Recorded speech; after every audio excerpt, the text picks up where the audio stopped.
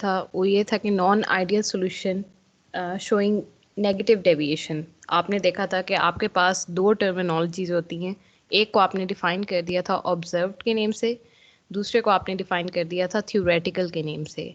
आपने simply manometer लेके vapour pressure observe किया था अपने सॉल्यूशन का और देखा था कि वो किस तरीके से कोरिलेट कर रहा है अगर आपके पास उसी सब्सटेंस का आप थ्योरेटिकली कैलकुलेट करो। आप लिटरेचर से पी नॉट ए और पी नॉट बी की वैल्यू को लेते थे और एक्स ए और एक्स बी की वैल्यू आपको ऑलरेडी पता होती थी क्योंकि आप लोगों ने खुद सॉल्यूशन प्रिपेयर किया होता था। इस तरह आप राउल्ट्स लॉ की एक थ्योरेटिकल वैल्यू को कैलकुलेट करते थे और फिर अपने ऑब्जर्व्ड सॉल्यूशन की वैल्यू को कंपेयर करते थे कि वो किस तरीके से आपके पास थ्योरेटिकल वैल्यू से कंपेयर कर रही है। तो आपने ये देखा था कि जब आपके पास नेगेटिव डेविएशन हो तब आपके पास जो ऑब्जर्व वेपर प्रेशर की वैल्यू होती है वो लो होती है in comparison to your theoretical value. आपने यहाँ पे लेस देन का साइन यूज़ किया था।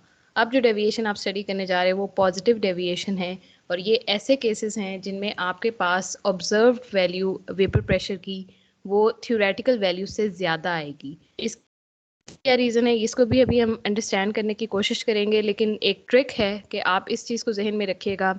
जब आप कहते हो कि पॉजिटिव डेविएशन है तो आपके पास जितने भी साइन आएंगे वो सारे ग्रेटर देन आएंगे।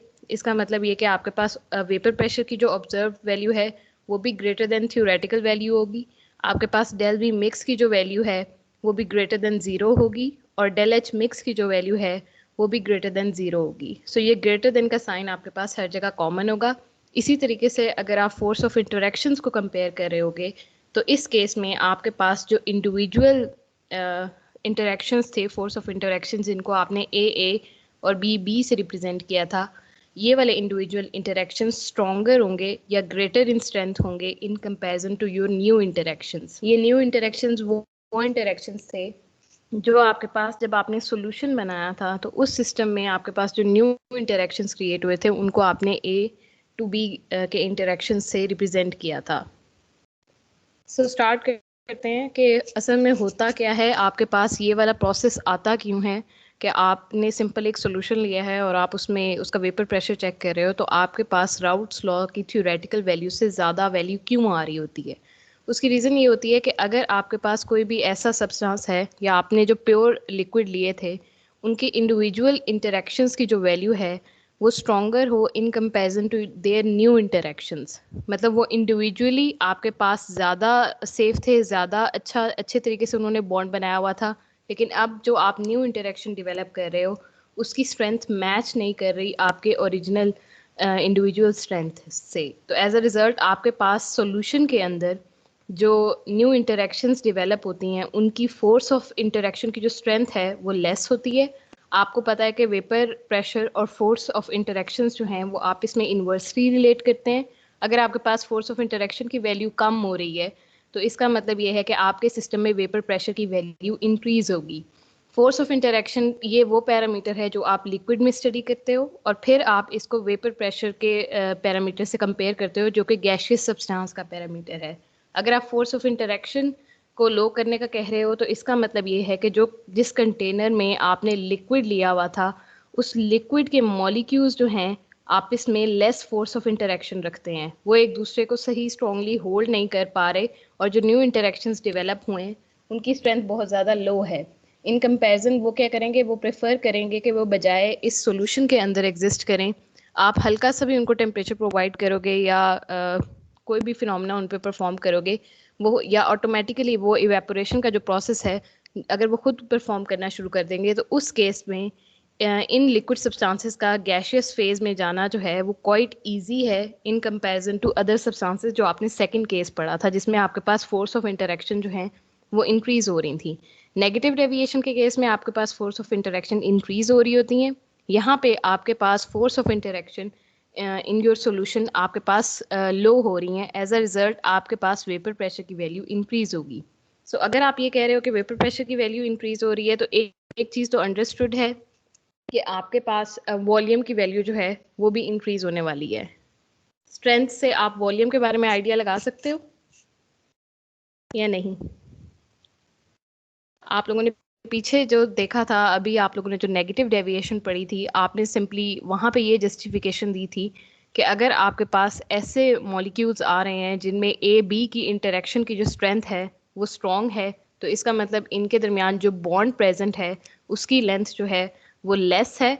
अगर बॉन्ड की लेंथ लेस है तो इसका मतलब ये स्मॉलर स्पेस ऑक्यूपाई कर रहे हैं, तो इनका वॉल्यूम कॉम्पैक्ट हो गया था, इनका वॉल्यूम थोड़ा लेस देन ज़ीरो हो गया था। आपके पास जो डेल वी की वैल्यू थी वो लेस देन ज़ीरो आ रही थी, लेकिन यहाँ पे आप देखोगे कि ये वाले मॉलिक्यूल्स वीकर हैं, ये वाले इंटरेक्शंस वीकर हैं, इनकी जो केमिकल बॉन्ड की जो लेंथ है वो ज़्यादा होगी, ये फार अपार्ट एक दूसरे से एग्जिस्ट कर रहे होंगे। एज अ रिजल्ट आपके पास ओवरऑल वॉल्यूम में एक्सपेंशन आएगी, जो चेंज इन वॉल्यूम है वो आपके पास पॉजिटिव आएगी, आपके पास ग्रेटर देन ज़ीरो आएगी, जो इस चीज़ को इंडिकेट कर रहा होगा कि आपके पास कॉम्पैक्टनेस नहीं है, आपके पास मॉलिक्यूल एक दूसरे को स्ट्रांगली इंटरेक्ट नहीं कर रहे, वो एक दूसरे से एक पर्टिकुलर डिस्टेंस पे एग्जिस्ट कर रहे हैं, और ये डिस्टेंस आपके पास इंडिविजुअल मॉलिक्यूल से ज़्यादा है। यही वजह है कि आप डेल वी में इंक्रीज देखोगे, और वो उसकी रीज़न ये होगी कि आपके पास ए बी की इंटरेक्शंस की स्ट्रेंथ वीकर है, एज अ रिजल्ट इनकी बॉन्ड लेंथ इंक्रीज हो गई हुई है और ये ज़्यादा स्पेस ऑक्यूपाई कर रहे हैं। तो सोल्यूशन के मॉलिक्यूल्स जो हैं वो ज़्यादा वॉल्यूम ऑक्यूपाई करेंगे, ज़्यादा स्पेस ऑक्यूपाई करेंगे in comparison to your individual molecules. इसी तरीके से अगर आप डेल एच पे फोकस करो तो आपको पता है कि डेल एच कैलकुलेट करने के लिए जिन दो पैरामीटर्स को आप लोगों ने ऑब्जर्व करना होता है वो heat absorb for breaking A and B, मतलब आपने कितनी हीट देनी है इस सिस्टम को कि आपके पास ए और बी के बॉन्ड्स ब्रेक हो जाएं, और आपके पास जो न्यू इंटरेक्शन डेवलप हो रहे हैं ए बी की फॉर्म में उनमें कितनी हीट एब्जॉर्ब हो, सॉरी कितनी हीट रिलीज हो जब ये आपके पास ये न्यू इंटरेक्शंस जो हैं ये फॉर्म हो रहे हैं। तो अगर आप यहाँ पे बात करते हो कि डेल एच मिक्सिंग की वैल्यू जो है वो ग्रेटर देन ज़ीरो है इस केस में, तो इसका मतलब ये होता है आपके पास कि लेट सपोज जो आपने हीट एब्जॉर्ब करवाई थी सिस्टम में, आप हीट एब्जॉर्ब करवा रहे हो ए और बी को ब्रेक करने के लिए, वो पॉजिटिव 100 जूल है। क्योंकि आप एक सिस्टम में हीट एंटर कर रहे हो, तो आप यहाँ पे इसको पॉजिटिव साइन से रिप्रेजेंट करोगे। आपको पता है कि ये आपके पास एंडोथर्मिक रिएक्शन है। जब आपके पास एक्सोथर्मिक रिएक्शन होते हैं और सिस्टम आपका इटसेल्फ जो है वो हीट को रिलीज कर रहा होता है आपकी सराउंडिंग में, तो उसको आप नेगेटिव साइन से रिप्रेजेंट करते हो। सो यहाँ पे पॉजिटिव 100 जूल आप इन दोनों को ब्रेक करने के लिए दे रहे हो, लेकिन ये कि आपके पास रिजल्ट में नेगेटिव 70 जूल रिलीज हो रहा है। आपके पास overall value del H mix की पॉजिटिव आएगी, जो इस चीज़ को इंडिकेट करेगी कि आपके पास डेल एच मिक्सिंग की जो वैल्यू है वो ग्रेटर देन ज़ीरो है।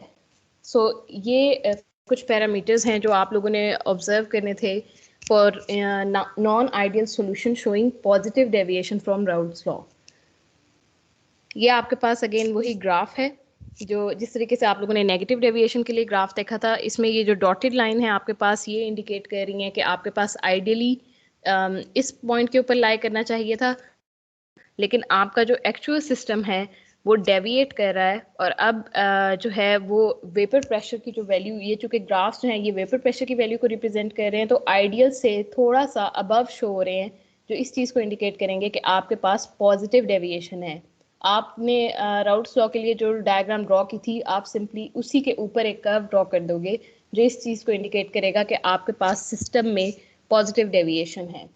ये वाला ग्राफ आपके पास पॉजिटिव डेविएशन के लिए है। आप पॉजिटिव और नेगेटिव डेविएशन दोनों को कंबाइन करके एक न्यू फॉर्म भी बना सकते हो ग्राफ की, और ये बिल्कुल वही फॉर्म है कि आप सिंपली नेगेटिव और पॉजिटिव डेविएशन को कंबाइन करोगे, एक कर्व आप आइडियल के ऊपर बनाओगे, एक कर्व आप आइडियल के नीचे बना दोगे, जो आपके पास आइडियल लाइन है या राउट्स लॉ की जो डॉटेड लाइन है उससे नीचे बना दोगे, तो आपके पास ये ग्राफ एक्वायर हो जाएगा।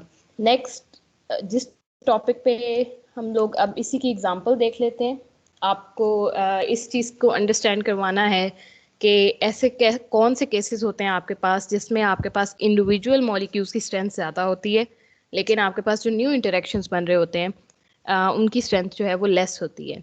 सो ये जितने भी आपके पास पोलर और नॉन पोलर के इंटरेक्शंस हैं, ऐसे तमाम सॉल्यूशंस जिसमें आपके पास एक कंपोनेंट पोलर है और दूसरा कंपोनेंट नॉन पोलर है, ये तमाम के तमाम मॉलिक्यूल आपके पास पॉजिटिव डेविएशन शो करेंगे।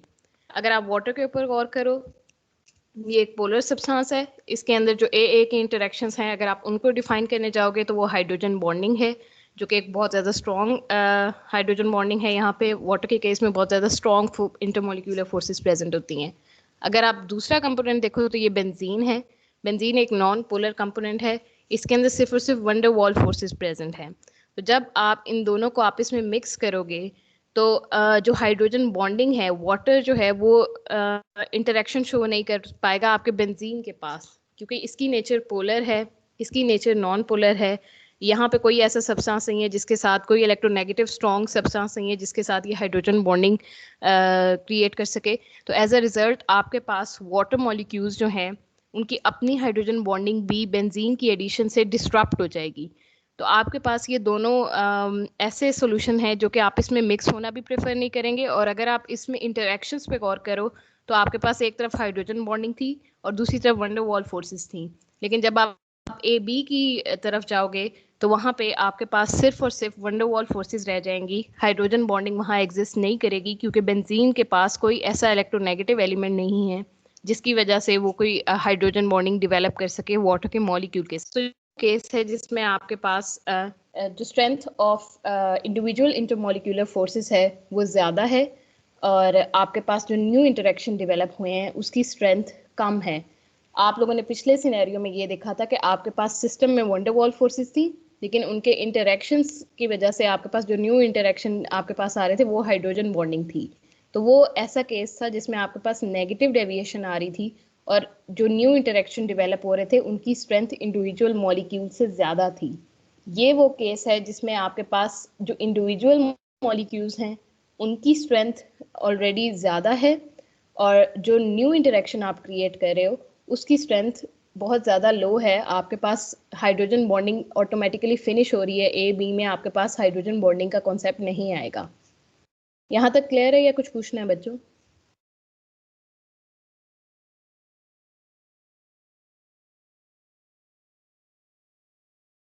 मैम क्लियर है। ठीक है। नेक्स्ट आप सिंपली जितने भी पोलर और नॉन पोलर मॉलिक्यूल्स हैं उनके सॉल्यूशंस को अगर आप लेके बनाते जाओ तो ये सारे आपके पास ऐसे सॉल्यूशन होंगे जो कि पॉजिटिव डेविएशन शो करेंगे। तो लेट्स सपोज आप वाटर में जो है टोलुइन ऐड कर रहे हो, आप इथाइल अल्कोहल में बेंजीन ऐड कर रहे हो, या इस तरह का कोई भी ऐसा सब्सटेंस जो कोई भी आप ऐसा सॉल्यूशन ऐड करोगे जिसमें आपके पास एक कंपोनेंट पोलर है और दूसरा कंपोनेंट नॉन पोलर है, तो इस केस में आपके पास जो है वो पॉजिटिव डेविएशन शो करेगा। ये एक छोटा सा पॉइंट है, आप लोगों के सिलेबस में एज सच इंक्लूडेड नहीं है, लेकिन ये आप लोगों को पता होना चाहिए। जनरली जब हम बात करते हैं पॉजिटिव डेविएशन की तो वहाँ पे दो पॉइंट्स आते हैं, मतलब दो तरह के आपके पास ग्राफ्स आ सकते हैं। ये जो ग्राफ है ये इसलिए सिग्निफिकेंट है कि अगर आपको टाइप 1 और टाइप 2 के बारे में इंफॉर्मेशन मिल जाए, या आपको एटलीस्ट ये पता हो कि आपने एजियोट्रॉप्स को कहाँ जाके स्टडी करना है। बेसिकली जो एजियोट्रॉप का वर्ड है वो केमिस्ट्स को भी बहुत कंफ्यूज करता है, और आप लोगों को तो ज़्यादा कंफ्यूज करता है क्योंकि आप लोगों का मेजर ये नहीं है। सो अगर आप लोगों ने कभी भी लाइफ में आगे एजियोट्रॉपिक मिक्सचर के बारे में कोई इन्फॉर्मेशन लेनी हो तो आप इस चीज़ को जहन में रखिएगा कि जिस चीज़ को आपने स्टडी करना है वो टाइप 1 और type 2 of the positive deviation है। आप राउट्स लॉ में जाओगे, वहाँ पे पॉजिटिव डेविएशन को देखोगे और उसकी टाइप 1 और टाइप 2 को अंडरस्टैंड करने से आपको पता चलेगा कि बेसिकली एजियोट्रॉप्स होते क्या हैं और वो किस तरीके से बाकी मिक्सचर्स से डिफरेंट होते हैं। सो यहाँ पे आपके पास दो टाइप्स हो सकती हैं। एक टाइप आपके पास ये है जिसमें इंक्रीज दोनों में है, मतलब आपके पास ये आइडियल राउट्स लॉ की लाइन है, आप ये आपने राउट्स लॉ की जो आइडियल लाइन ड्रॉ की हुई है, दोनों जो लाइंस आपके पास हैं या दोनों सॉल्यूशंस हैं वो पॉजिटिव डेविएशन लाजमी शो कर रहे हैं। लेकिन एक जो डेविएशन है, एक सॉल्यूशन, ये वाला सॉल्यूशन की अगर मैं पर्टिकुलरली बात करूं तो इसकी पॉजिटिव डेविएशन बहुत ज़्यादा हाई है। दोनों के केसेस में अगर आप देखोगे तो जो चीज़ कॉमन है वो ये है कि आपके पास जो ऑब्जर्व प्रेशर है उसकी वैल्यू जो है ग्रेटर है in comparison to your Raoult's law, या थ्योरेटिकली जो आपने कैलकुलेटेड वैल्यू राउट्स लॉ की देखी थी उससे ज़्यादा है। लेकिन एक केस में ये वैल्यू थोड़ी लेस है, लेकिन दूसरे केस में आपके पास ये वैल्यू बहुत ज़्यादा है, और इतनी ज़्यादा है कि एक पर्टिकुलर पॉइंट पे, ये जो m वाला पॉइंट डिफाइन है, इस पॉइंट में इस सॉल्यूशन की जो वैल्यू है वो इतनी ज़्यादा हो गई है आपके पास वेपर प्रेशर की कि जो ओरिजिनल कंपोनेंट्स आपके पास हैं पी नॉट ए की वैल्यू है उससे भी ये अबव चला गया ये पॉइंट। तो ये थोड़ा सा एक कह लो अनोमली है, क्योंकि आपको आपने जो अभी तक इसका कॉन्सेप्ट पढ़ा है, वेपर प्रेशर का जो आपने कॉन्सेप्ट पढ़ा है, उसके अकॉर्डिंग आपने अभी तक यही एज्यूम किया हुआ था कि पी नॉट ए हमेशा ग्रेटर होता है P A of the solution. मतलब ये कि जो आप सोल्यूशन बना रहे हो उसका जो वेपर प्रेशर आएगा वो हमेशा जो है प्योर के सब्सटेंस जो आप ले रहे हो या प्योर सॉल्वेंट ले रहे हो उससे हमेशा लेस आएगा। लेकिन एक पर्टिकुलर केस आपके पास ऐसा है जिसमें आपके पास हो सकता है कि पॉजिटिव डेविएशन इतनी ज़्यादा हो कि एक पर्टिकुलर पॉइंट पे आपका सिस्टम जो है वो जो सोल्यूशन का वेपर प्रेशर है वो प्योर के वेपर प्रेशर से बहुत ज़्यादा अबव हो गया हुआ है। वो P vapour pressure of solute से भी ज़्यादा है और वो वेपर प्रेशर ऑफ सॉल्वेंट जो प्योर आपके पास सोल्यूट और सॉल्वेंट के जो प्रेशर हैं उन दोनों से ज़्यादा हो गया हुआ है। और ये एक कह लो एक्सेप्शनल बिहेवियर है। तो अगर आप लोगों ने आगे कभी एजियोट्रॉप को स्टडी करना हो तो आप इन दो ग्राफ को से हेल्प ले सकते हो अंडरस्टैंड करने के लिए कि ये एनॉमली क्यों आती है। टाइप 1 और टाइप 2 क्लियर है। इस केस में आपके पास बेशक वो ज़्यादा है लेकिन वो कहीं पे भी पी नॉट ए से अबव नहीं जा रहा, लेकिन यहाँ पे आपके पास जो वैल्यू सोल्यूशन की है वो थोड़ी सी जो है ज़्यादा हो गई है आपके पास जितने भी प्योर सॉल्वेंट और प्योर सॉल्यूट के जो कंपाउंड से उनसे।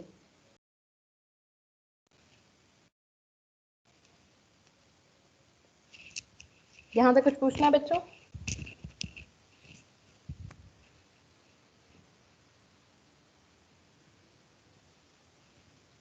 नहीं पूछना तो हम आगे चलते हैं। नेक्स्ट आपके पास कॉलिगेटिव प्रॉपर्टी है। अब आप लोगों ने एक एक कॉलिगेटिव प्रॉपर्टी को ज़रा डिटेल में स्टडी करना है कि बेसिकली आपके पास हो क्या रहा है। फर्स्ट प्रॉपर्टी आपके पास एलिवेशन इन बॉइलिंग पॉइंट है, लोअरिंग ऑफ वेपर प्रेशर है, डिप्रेशन इन फ्रीजिंग पॉइंट है और आपके पास ऑस्मोटिक प्रेशर है। अगर हम इसको डेफिनेशन की पॉइंट ऑफ व्यू से देखेंगे तो कॉलिगेटिव प्रॉपर्टी ऐसी प्रॉपर्टीज़ होती हैं जिसमें आपके पास जो प्रॉपर्टी मतलब जिस पर्टिकुलर प्रॉपर्टी की आप बात कर रहे हो, जिस तरह यहाँ पे आप एलिवेशन इन बॉइलिंग पॉइंट या लोअरिंग ऑफ वेपर प्रेशर की अगर आप बात करोगे तो ये वो प्रॉपर्टी है जो कि डिपेंड करेगी खाली नंबर ऑफ सोल्यूट के ऊपर। ये कंसंट्रेशन ऑफ सोल्यूट पे डिपेंड करेगी, कितने नंबर ऑफ मॉलिक्यूल्स प्रेजेंट है आपके पास सिस्टम में सोल्यूट के, उस पे डिपेंड करेगी। लेकिन ये नेचर ऑफ सोल्यूट पार्टिकल पे डिपेंड नहीं करेगी। सो स्टार्टिंग में generally elevation in boiling point से स्टार्ट किया जाता है। मैं स्टार्ट करूंगी आपके पास वेपर प्रेशर के कॉन्सेप्ट से। वहाँ से थोड़ी सी कुछ पॉइंट्स आपके पास थोड़ा क्लियर हो जाएगा, वो थोड़ा इजी है इन कंपैरिजन टू दिस। अब डेरिवेशन देख के डरना जाना, आप लोगों ने डेरिवेशन नहीं करनी सिस्टम में। आप लोगों ने सिर्फ जो पुराना फॉर्मूला जो आप लोगों ने एक बार पढ़ा हुआ है सिर्फ उसी को लेके हम आगे चलेंगे। सो लोअरिंग ऑफ वेपर प्रेशर की अगर हम बात करें आपके पास तो आपको अगेन ये चीज़ पता है कि आपके पास एक सिस्टम में प्योर सॉल्वेंट होता है। प्योर सॉल्वेंट की सरफेस पे सिर्फ और सिर्फ वोलेटाइल सब्सटेंसेस प्रेजेंट होते हैं और उस वक्त जो उसका वेपर प्रेशर होता है आप उसको रिप्रेजेंट करते हो पी नॉट से। अगर आप उसमें कोई भी नॉन वोलेटाइल सब्सटेंस ऐड कर दोगे तो वो आपके पास सरफेस की साइड्स को ऑक्यूपाई कर लेता है। एज अ रिजल्ट आपके पास जो जिन साइड्स पे नॉन वोलेटाइल सब्सटेंस आ जाता है वो साइट्स अवेलेबल नहीं होती, वेपर प्रेशर में कंट्रीब्यूट नहीं कर रही होती। एज अ रिजल्ट आपके पास जो सोल्यूशन आता है उसका वेपर प्रेशर हमेशा लोअर होता है आपके प्योर जो आपने प्योर सॉल्वेंट लिया था उसके वेपर प्रेशर के कंपैरिजन में हमेशा आपका vapour pressure of solution lower होता है। सो आप लोगों को ये बात पता है, सोल्यूशन को हमने रिप्रेजेंट कर दिया पी से, वेपर प्रेशर ऑफ सोल्यूशन को हम पी से रिप्रेजेंट कर रहे हैं, पी नॉट हम प्योर के लिए यूज़ कर रहे हैं, प्योर सॉल्वेंट के लिए यूज़ कर रहे हैं। अगर आप ये केस ले रहे हो जिसमें आपने small quantity of non volatile substance add किया हुआ है एक सिस्टम के अंदर, तो आपको पता है कि अकॉर्डिंग टू राउल्ट्स लॉ आप लिख सकते हो P is equal to P naught x1। अब आप दोबारा से अगर इसको थोड़ा सा रिवाइज कर लें, जो आप लोगों का कॉन्सेप्ट है वो यही है कि आप लोगों ने ये स्टडी किया था कि x1 और x2 यहाँ पे मोल फ्रैक्शन ऑफ सॉल्वेंट और सोल्यूट हैं। सॉल्वेंट को हमने x1 के सबस्क्रिप्ट से रिप्रेजेंट किया है, सोल्यूट को हम x2 से रिप्रेजेंट कर रहे हैं। सॉल्वेंट का मतलब ये है कि यहाँ पे चूंकि आपने ऐसा केस लिया है जिसमें नॉन वोलेटाइल सब्सटेंस ऐड किया है तो इस रिजल्ट में आपके पास P02 जो है वो उसकी वैल्यू 0 होनी चाहिए। Vapour pressure of a solid जो आपने नॉन वोलेटाइल सॉलिड आपने ऐड किया है वो वेपर प्रेशर में बिल्कुल भी कंट्रीब्यूट नहीं कर रहा, तो आपके पास इसकी वैल्यू 0 हो जाएगी। एज अ रिजल्ट जब आप total pressure of a system देख रहे होगे जो कि डिपेंड कर रहा होता है आपके पास P0 x1 plus P0 2 x2 के ऊपर, तो इस सिनेरियो में आपके पास P02 की वैल्यू 0 हो जाएगी। एज अ रिजल्ट आपका सिस्टम जो है वो सिर्फ और सिर्फ जो आपका वेपर प्रेशर ऑफ सॉल्यूशन है वो सिर्फ और सिर्फ एक कंपोनेंट पे डिपेंड कर रहा होगा जो वोलेटाइल है, और आपके पास वो कंपोनेंट जो है इस वक्त वो सॉल्वेंट है। जनरली हम X1 का सबस्क्रिप्ट यहाँ पे लगा भी सकते हैं और नहीं भी लगा सकते, लेकिन ये अंडरस्टूड कंसिडर किया जाता है कि जब आप किसी भी ऐसे सिस्टम के लिए लिख रहे हो जिसमें आपने नॉन वोलेटाइल सब्सटेंस ऐड कर दिया है, वहाँ पे ये P0 वाला जो फैक्टर है ये ऑटोमेटिकली कंसिडर किया जाता है कि आप इससे अवेयर हो कि वेपर प्रेशर ऑफ सॉल्यूशन और vapour pressure of solvent same thing है।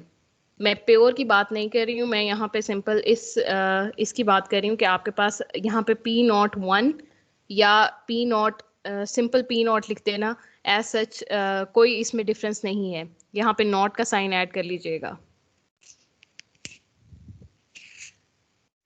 अगर आप यहाँ पे बात करते हो कि जो प्रोसेस क्या हो रहा है आपके पास, प्रोसेस ये हो रहा है कि अगर आपने सिस्टम में नॉन वोलेटाइल सब्सटेंस ऐड कर दिया है, एज अ रिजल्ट आपके पास जो प्योर सॉल्वेंट का P0 जो वेपर प्रेशर था अब वो रिड्यूस होके वेपर प्रेशर ऑफ सॉल्यूशन में कन्वर्ट हो गया है।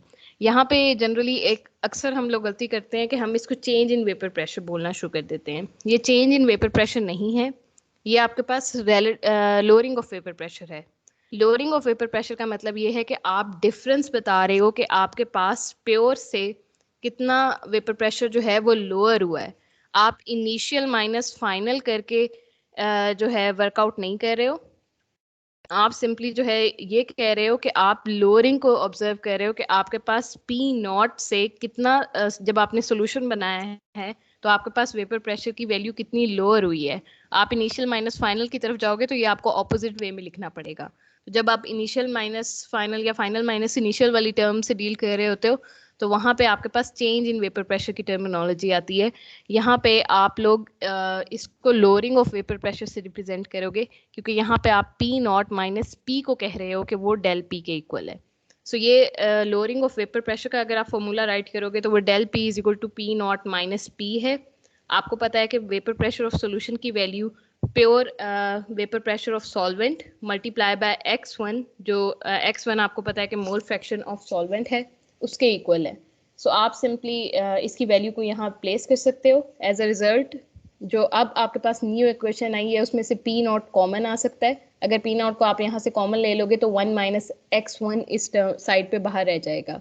एक और फॉर्मूला आपको पता है कि X1 प्लस X2 हमेशा 1 के इक्वलेंट होते हैं, क्योंकि ये मोल फ्रैक्शंस हैं और फ्रैक्शन हमेशा आपके पास सम ऑफ फ्रैक्शन हमेशा आपके पास 1 के इक्वल होता है। तो जितने आप मर्जी मोल फ्रैक्शन ले लो उनका एंड रिजल्ट या उनका सम जो है वो हमेशा 1 के इक्वल आएगा।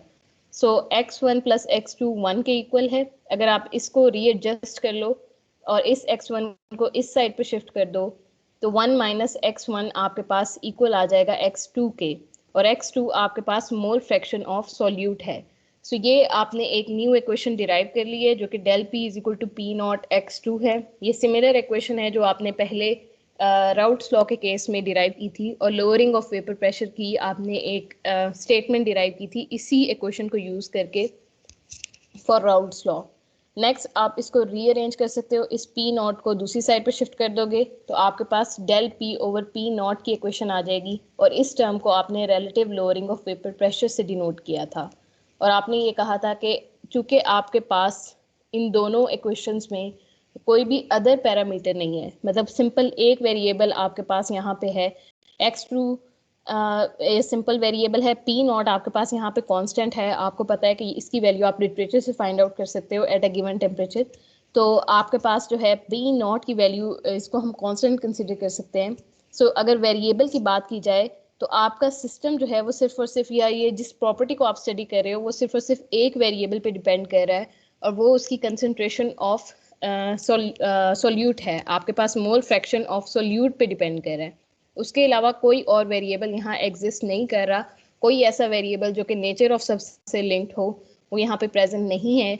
तो आप ये ऑटोमेटिकली एज्यूम कर सकते हो कि अकॉर्डिंग टू दीज इक्वेशंस आपके पास relative lowering of vapour pressure depend नहीं करती किसी भी नेचर ऑफ सब्सटेंस पे, क्योंकि आपके पास यहाँ पे कोई ऐसा पैरामीटर नहीं आया जो कि नेचर ऑफ सब्सटेंस से लिंक कर रहा हो।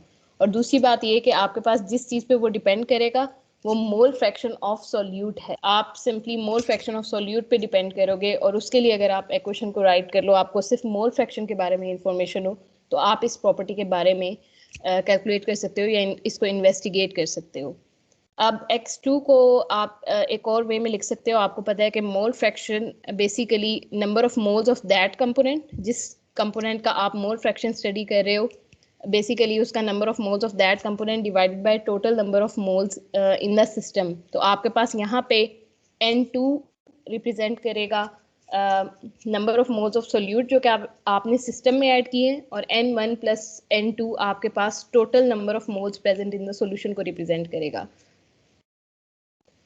फॉर डाइल्यूट सोल्यूशन आपको इस चीज़ के बारे में इंफॉर्मेशन है कि अगर आप सिस्टम को कह रहे हो कि ये बहुत ज़्यादा डाइल्यूट है, तो N1 की वैल्यू बहुत ज़्यादा होगी N2 से, क्योंकि आपने सिस्टम में बहुत small amount of solute add किया है। लेट्स सपोज आपके पास 100 ग्राम ऑफ वाटर है और आप उसमें सिंपली 0.01 मिलीग्राम का कोई सोल्यूट ऐड कर रहे हो, तो उस केस में आपके पास ये जो N2 की वैल्यू है वो बहुत ज़्यादा स्मॉल होगी। तो आप इसको निगलेक्ट कर सकते हो सॉल्यूशन के केस में, मतलब आप N2 को अबव को नहीं निगलेक्ट करोगे क्योंकि उसका आप मोल फ्रैक्शन कैलकुलेट कर रहे हो। जहाँ पे आप इसको निगलेक्ट कर सकते हो वो सॉल्यूशन की प्रॉपर्टी है, वो total number of moles present in the solution में आप इस N1 को N2 को इस N2 को निगलेक्ट कर सकते हो, क्योंकि आपके पास N1 की वैल्यू बहुत ज़्यादा ग्रेटर होती है इन कंपैरिजन टू N2।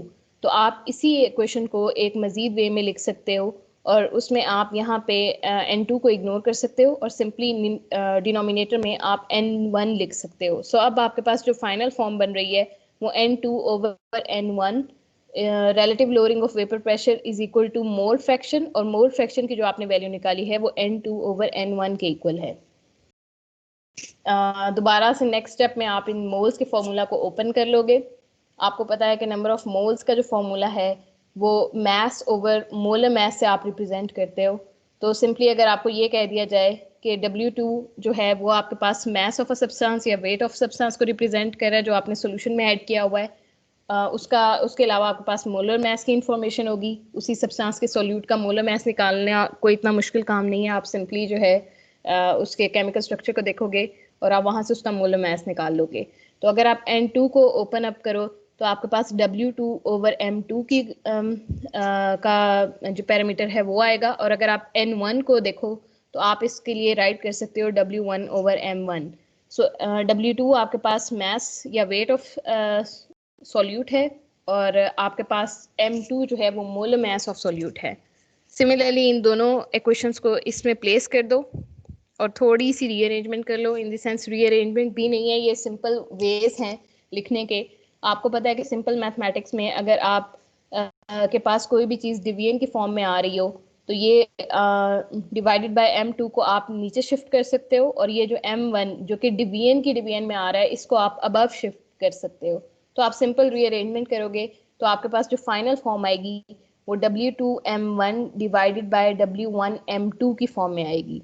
और relative lowering of vapour pressure को आप इस फॉर्मूले से रिप्रेजेंट करते हो। अगर आपके पास सब्सटेंस मतलब आपको कोई भी सोल्यूशन दे दिया जाए और आपको कहा जाए कि प्योर सॉल्वेंट का सिस्टम ये था, मतलब लेट्स सपोज मैं एक सिनेरियो कंसिडर कर रही हूँ और मैं आपको कह रही हूँ कि ये एक प्योर सॉल्वेंट था, इसके अंदर कोई चीज़ गिर गई है, आपको नहीं पता कि वो सॉलिड सब्सटेंस जो उसके अंदर ऐड हुआ है वो कौन सा सब्सटेंस है, और मैं आपको कहती हूँ कि आप मुझे पता करके बताओ कि इस बीकर के अंदर जो सॉलिड सब्सटेंस गिरा है या जो चीज़ ऐड हो गई है वो है क्या। सो वो जो इम्प्योरिटी होगी वो आपके पास, आप उसको ले सकते हो as a non volatile substance अगर वो सॉलिड के केस में। तो आप क्या करोगे, आप पहले प्योर सॉल्वेंट को लोगे, मतलब जो ट्रीटेड है या जिसके अंदर इम्प्योरिटी नहीं फॉल की हुई, आप उसको लोगे, उसका वेपर प्रेशर कैलकुलेट करोगे। फिर आप अपना जो सोल्यूशन जिसमें इम्प्योरिटी ऐड अप हुई हुई है उसका वेपर प्रेशर कैलकुलेट करोगे, रिलेटिव वेपर प्रेशर को निकालोगे, डेल पी की वैल्यू को निकालोगे और पी नॉट की वैल्यू को निकालोगे, और सिंपली उसके बाद आपके पास ये वाला जो साइड है ये कवर हो गई है। तो अगर इस तरह का आपके पास कोई एग्जांपल दी जाए या आपको कहा जाए इस तरह का प्रॉब्लम दिया जाए, तो ये आपके पास जो relative lowering of vapour pressure की जो इक्वेशंस हैं उनका सबसे बड़ा फ़ायदा ये है कि आप अगर सिंपली इनको रीअरेंज कर लो तो तो आप M2 को इस साइड पे लेके आ सकते हो, मतलब आप उस अमाउंट को निकाल सकते हो, उस सब्सटेंस के मोलर मास को निकाल सकते हो जो कि आपके पास एक सिस्टम में गलती से ऐड हुई है। तो आपके पास सिंपली आपको ना भी पता हो कि आपके पास कौन सा सोल्यूट प्रेजेंट था, आप simply relative lowering of vapour pressure को स्टडी करो तो आपके पास एक रफ आइडिया आ जाता है, या आप सिंपली आपको रफ इंफॉर्मेशन मिल जाती है कि आपके पास इस सिस्टम में कौन सा सब्सटेंस जो है वो ऐड हुआ है। सो यही वजह है कि जब आप कॉलिगेटिव प्रॉपर्टीज में स्टडी करोगे तो हम हमेशा इसको रीअरेंज करते होते हैं। जिस प्रॉपर्टी को आप स्टडी कर रहे होते हो आप उसको इस वे में रीअरेंज करोगे कि M2 एक साइड पे बाहर आ जाए। ये आप इसलिए करते हो कि ये एक बहुत इंपॉर्टेंट इंडस्ट्रियल स्टेप है कि अगर आपके पास कहीं पे भी क्वालिटी इंश्योरेंस में अगर आपको नहीं पता कि कौन सा सब्सटेंस ऐड हुआ है तो आप सिंपली क्या करोगे कि यहाँ पे देखो बाकी चीज़ें आप इजीली कैलकुलेट कर सकते हो, क्योंकि आपको ये पता है कि आपके पास जो सॉल्वेंट के बारे में आपको सारी इन्फॉर्मेशन ऑटोमेटिकली है, वो आपका प्योर सब्सटेंस है, तो आपको W1 और M1 की वैल्यू ऑलरेडी पता है। अगर आपके सिस्टम में कोई चीज़ सॉलिड ऐड हो गई है तो आप क्या करोगे, आप उस सिस्टम में से फिल्टर आउट करोगे और W1 की वैल्यू कैलकुलेट कर लोगे। तो जो चीज़ आप नहीं कैलकुलेट कर सकते वो ये M2 की वैल्यू है। तो बजाय ये कि आप उसको नंबर ऑफ केमिकल इंस्ट्रूमेंट से गुजारो और नंबर ऑफ डिफरेंट स्टेप्स करो, उसको करेक्टराइज करो कि ये सब्सटेंस है क्या, उससे अच्छा है कि आप सिंपली मोलर मास M2 की वैल्यू को कैलकुलेट कर लो और आपके पास आपको खुद ही ऑटोमेटिकली इंफॉर्मेशन मिल जाएगी कि आपके पास कौन सा सब्सटेंस ऐड हुआ था। क्योंकि आपके पास जब मोलर मास की इन्फॉर्मेशन आ गई तो आप सिंपली मोलर मास को सर्च आउट करोगे, तो मोलर मास जो है वो हार्डली एक या दो सब्सटेंसेस के सिमिलर होते हैं, बाकी सब के डिफरेंट होते हैं। सो आपको यहाँ से बहुत इजीली इन्फॉर्मेशन मिल जाएगी कि आपके सिस्टम में कौन सा सब्सटेंस जो है वो ऐड हुआ है। ये चीज़ क्लियर है कि ये हम इस फॉर्म में हम हमेशा इसको क्यों एंड पे लिखेंगे हर कॉलिगेटिव प्रॉपर्टी को। Yes ma'am. यहाँ पे एक और चीज़ भी जहन में रखो कि हमने relative lowering of vapour pressure को या वेपर प्रेशर से जब हम डील कर रहे हैं तो हमने यहाँ पे मोलैरिटी का वर्ड यूज़ नहीं किया। अब आ जाओ जो आपकी प्रॉपर्टी है जिसको हम जनरली थोड़ा सा कॉम्प्लेक्स प्रॉपर्टी है अंडरस्टैंडिंग के लिहाज से। अब इसकी डेरिवेशन को देख के डरना जाना ये आप लोगों ने नहीं करनी, आप लोग सिर्फ इसकी फिजिकल सिग्निफिकेंस को अंडरस्टैंड करोगे। जनरली जब भी हम बात करते हैं एलिवेशन इन बॉइलिंग पॉइंट की, तो जिस प्रॉपर्टी को हम स्टडी कर रहे होते हैं जिस पॉइंट पे हमारा फोकस होता है वो बॉइलिंग पॉइंट होता है। आपको पता है कि आप जब भी किसी सिस्टम में नॉन वोलेटाइल सॉल्यूट ऐड करते हो तो आपके पास वेपर प्रेशर ऑफ सॉल्यूशन जो है उसकी वैल्यू डिक्रीज होती है। सो बॉइलिंग पॉइंट एक ऐसा पॉइंट होता है किसी भी सिस्टम में जब आपके पास इंटरनल टेम्परेचर या इंटरनल प्रेशर की जो वैल्यू है आपके पास, जो लिक्विड प्रेजेंट है उसकी इंटरनल प्रेशर की जो वैल्यू है वो आपके पास इक्वल होनी चाहिए P एक्सटर्नल के। बॉइलिंग पॉइंट को जनरली अगर मैं इसको तो बिल्कुल क्लियर वे में रिप्रेजेंट करूं तो लेट्स सपोज आपके पास एक सिस्टम है, आपने ये एक बीकर लिया हुआ है, उसमें आपके पास इंटरनल प्रेशर की वैल्यू P1 के इक्वल है, हीट अप करना शुरू कर देते हो, मतलब आपने यहाँ पे इसको टेम्परेचर देना शुरू कर दिया, आप इस सिस्टम में हीट एब्जॉर्ब करवाना शुरू कर दोगे। एज अ रिजल्ट क्या होगा कि आपके पास टेम्परेचर इंक्रीज होगा, टेम्परेचर के इंक्रीज से आपके पास इस सिस्टम में एवेपोरेशन का प्रोसेस जो है वो स्पीड अप होगा। लिक्विड से कुछ मॉलिक्यूल्स आपके पास गैशियस स्टेट में जाना शुरू कर देंगे और अगेन आपके पास कुछ सब्सटेंस जो है वो कंडेंसेशन के प्रोसेस के थ्रू वापस भी आ सकते हैं। तो अगर तो आप इस सिस्टम को थोड़ी सी हीट दे के छोड़ दो और बॉइलिंग पॉइंट पे ले आओ और बॉइलिंग पॉइंट पे हीट रिमूव कर दो तो आप इस सिस्टम को कहोगे कि ये सिस्टम इक्विलिब्रियम में है। ये वही वाला सब्सटेंस है, ये वही वाला प्रोसीजर है जो आपने वेपर प्रेशर की प्रॉपर्टी को डिफाइन करने के लिए यूज़ किया था। यहाँ पे सिर्फ जो चीज़ मैंने इंक्लूड कर दी है वो ये कर दी है कि मैंने एवेपोरेशन को थोड़ा सा फास्ट कर दिया था बाय इंक्रीजिंग टेम्परेचर, नहीं तो उसके अलावा बाकी अभी तक जो मैंने बात की है वो सिर्फ वही है जो आपने वेपर प्रेशर को कैलकुलेट करने के लिए यूज़ किया था, जो प्रोसीजर आपने यूज़ किया था ये उसकी बात हो रही है। सो वेपर प्रेशर में जब आपके पास एक सिस्टम में लिक्विड और गैस दोनों एग्जिस्ट कर रही हैं, ये वाला पॉइंट आपके पास बॉइलिंग पॉइंट है। लेकिन बॉइलिंग पॉइंट में और नॉर्मल इक्विलिब्रियम पॉइंट में जो मेजर डिफरेंस है वो ये है कि आप यहाँ पे टेम्परेचर के फैक्टर को इंक्लूड कर रहे हो। जब हम लोगों ने पहले बात की थी हम लोगों ने टेम्परेचर के फैक्टर की बात ही नहीं की थी और हमने सिंपली ये कहा था कि ये इवेपोरेशन और कंडेंसेशन का जो फिनोमेना है वो कहीं पे भी हो सकता है और आपके पास सिंपल एक क्लोज कंटेनर ले लो तो वहाँ पे वेपर प्रेशर डेवलप हो जाएगा। लेकिन जब आपने ये कंडीशन लगा दी कि आपके पास टेम्परेचर का फैक्टर मस्ट होना चाहिए। तो इसका मतलब ये है कि आपने इस सिस्टम में जिस चीज़ की एडिशन करनी है वो हीट है। तो अगर सिंपली इस प्रोसेस को मैं इस वे में डिफाइन करूं कि आपके पास सिस्टम में स्टार्टिंग में P1 था, जब आपने लिक्विड लिया था तब P1 था, आपने यहाँ पे हीट देनी शुरू की या टेम्परेचर इंक्रीज करना शुरू किया।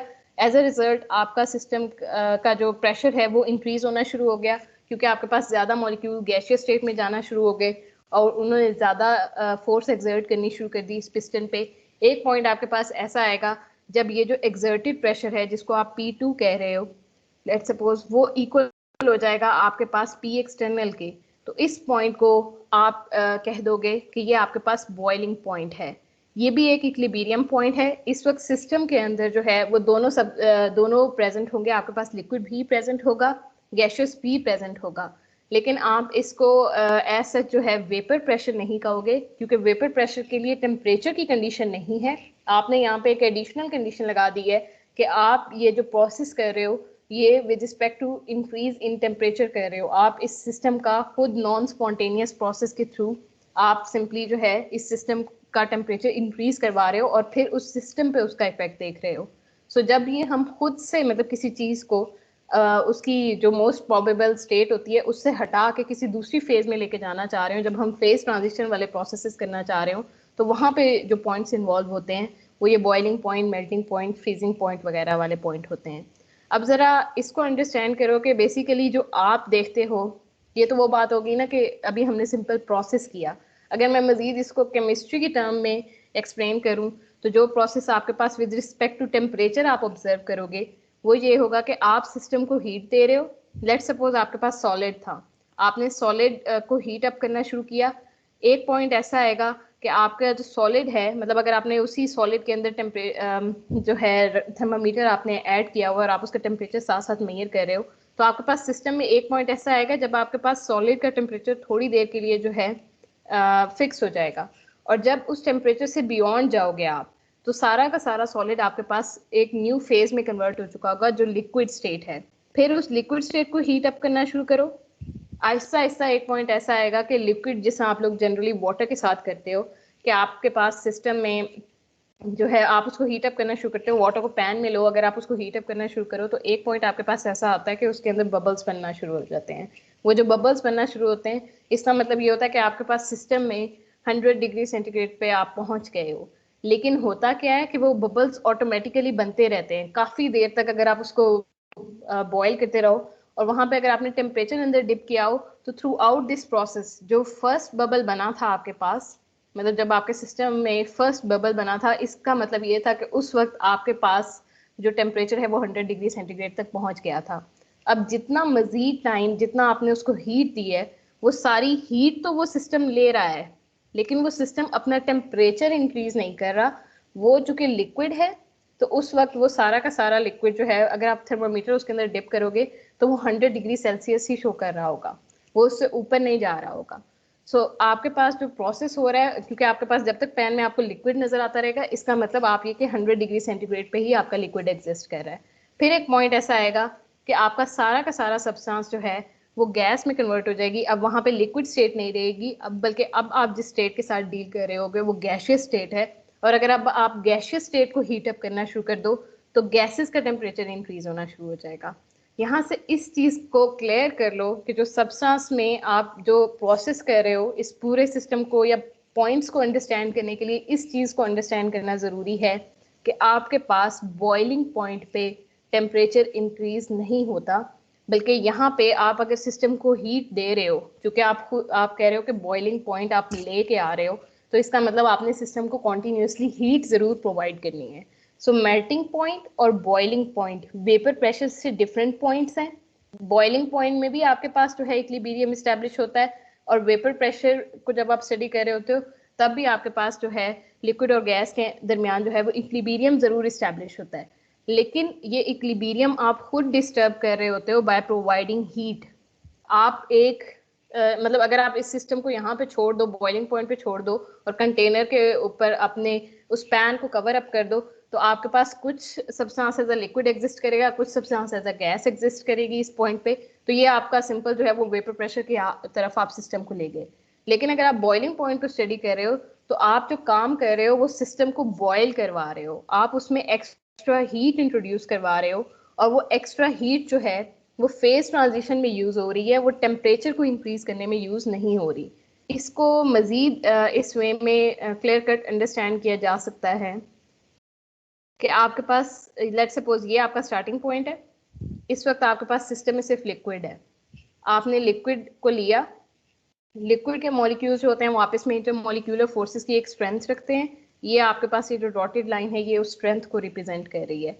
सो आपके पास जो लिक्विड के जो दो मॉलिक्यूल्स हैं उनका कुछ टेम्परेचर भी है, वो कुछ स्पीड के साथ मूव भी कर रहे हैं, लेकिन साथ साथ उनके दरमियान कुछ इंटरमॉलिक्यूलर फोर्सेस प्रेजेंट हैं। आप इस सिस्टम को हीट अप करना शुरू कर रहे हो। आपने क्या किया कि आपने हीट एब्जॉर्ब करवानी शुरू की। आप ग्राफ में हीट की वैल्यू को इंक्रीज कर रहे हो, मतलब इस साइड पे मूव कर रहे हो। आपके पास जो ग्राफ है वो हीट एब्जॉर्ब, आपके पास ये वाला पैरामीटर है, तो आपने सिस्टम में हीट की क्वांटिटी को हल्का हल्का इंक्रीज करना शुरू किया हुआ है। एज अ रिजल्ट आपके पास क्या होगा कि स्टार्टिंग में जब आपके पास सारा का सारा लिक्विड प्रेजेंट था, तब सारी की सारी जो हीट है आपके पास वो एब्जॉर्ब हो रही होगी एनर्जी पर पार्टिकल को इंक्रीज करने में। ये जो दो मॉलिक्यूल्स आपके पास इंटरमॉलिक्यूलर अट्रैक्शन के साथ फिर रहे हैं, वो सिर्फ और सिर्फ अपनी मोशन को थोड़ा सा इंक्रीज कर रहे होंगे। वो अपनी इंटरमॉलिक्यूलर फोर्सेस पे ऐसा उन पे कोई इफेक्ट नहीं आ रहा होगा। वो सिर्फ और सिर्फ एनर्जी पर पार्टिकल जो है उसको इंक्रीज करने में यूटिलाइज हो रही होगी। और आपके पास टेम्परेचर जो है बेसिकली उसको अगर हम बिल्कुल सिंप्लीफाइड वे में रिप्रेजेंट करें तो ये एनर्जी पर पार्टिकल ही होता है। सो इसका मतलब ये कि आप सिस्टम में अगर हीट दे रहे होगे तो इस वक्त जो आप ऑब्जर्व कर रहे होगे चेंज, फिजिकली जो ऑब्जर्व कर रहे होगे वो ये कर रहे होगे कि आपके पास टेम्परेचर की वैल्यू आहिस्ता आहिस्ता इंक्रीज हो रही है, जो कि इस ग्राफ में आपके पास इस लाइन से रिप्रेजेंट हो रही है। आप आहिस्ता आहिस्ता इसकी वैल्यू को इंक्रीज कर रहे हो। इसका मतलब ये कि आपके पास सिस्टम में टेम्परेचर की वैल्यू इंक्रीज हो रही थी। फिर एक पॉइंट ऐसा आएगा जिसपे आपके पास आके टेम्परेचर कांस्टेंट हो गया है।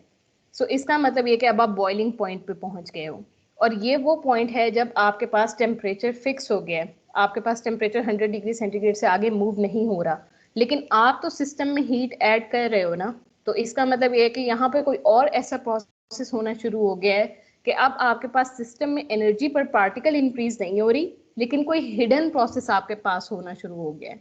तो वो जो हिडन प्रोसेस है, लेटेंट का वर्ड हिडन से निकला है, और ये जो हम लेटेंट का वर्ड यूज करते हैं ये बेसिकली इस चीज को इंडिकेट कर रहा होता है कि आप सिस्टम को हीट तो दे रहे हो, लेकिन वो सिस्टम टेम्परेचर को इंक्रीज नहीं कर रही, वो किसी और प्रोसेस में बिजी हो गई है, वो कोई और हिडन प्रोसेस करने लग गई है। तो वो जो हिडन प्रोसेस आपके पास होता है वो बेसिकली फेज चेंज होती है।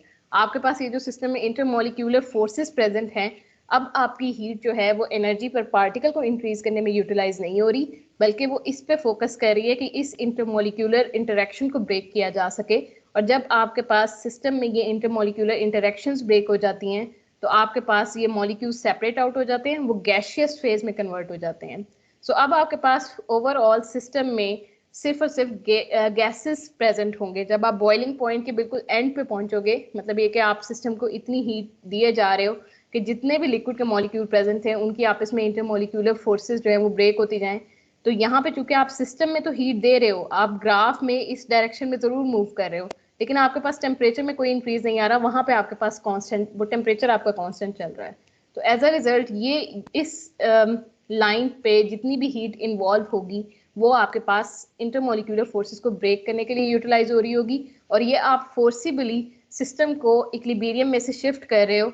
और आपके पास जो एक इक्विलिब्रियम रिएक्शन होता है जिसको आप जनरली इस वे में रिप्रेजेंट करते हो कि आपके पास लिक्विड और गैसेस रिवर्सिबल एरो से आप यहाँ पे रिप्रेजेंट कर रहे होते हो। आप खुद हीट दे के सिस्टम में उस सिस्टम को आउट ऑफ इक्विलिब्रियम लेके जा रहे हो, और उसमें एक जो फॉरवर्ड रिएक्शन है आपके पास लिक्विड की कन्वर्जन टुवर्ड्स गैस, आप खुद से हीट देके इस नॉन स्पॉन्टेनियस प्रोसेस को करवा रहे हो। सो एज अ रिजल्ट अब आपके पास सिस्टम में जितना भी लिक्विड था वो गैसेस में कन्वर्ट हो जाएगा।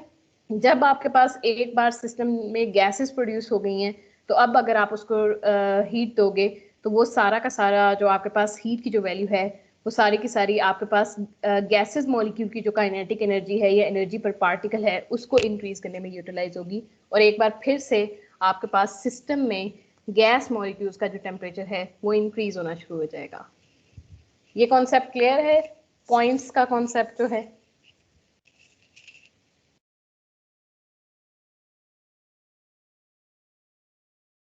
यहाँ तक जो आप लोगों को स्टोरी सुनाई है उसमें से कुछ पूछना है बच्चों?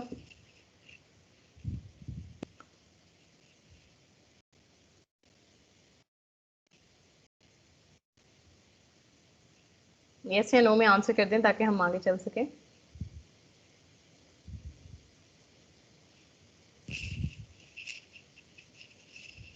या आज यहीं तक नो मैम, पढ़ना? चलेगा। मेरा ख्याल है आज यहीं तक रखते हैं लेक्चर को।